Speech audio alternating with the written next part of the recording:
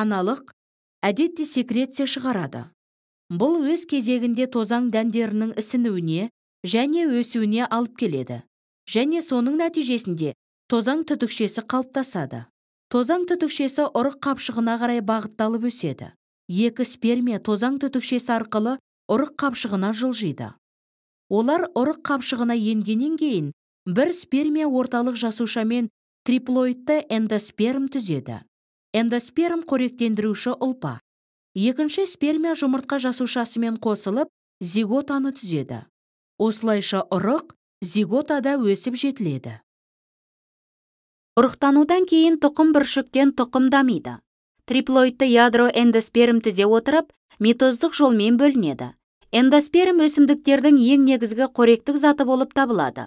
Оның құрамында нәруыздар, крахмал және майлар бар.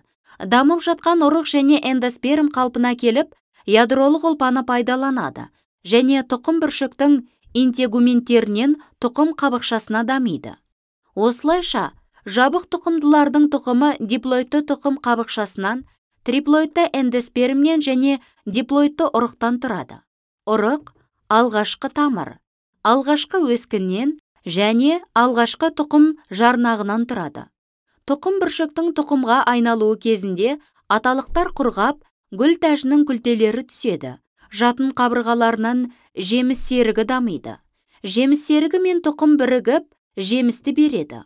Оның құрылысы жабық тұқымдыларды сипаттайды.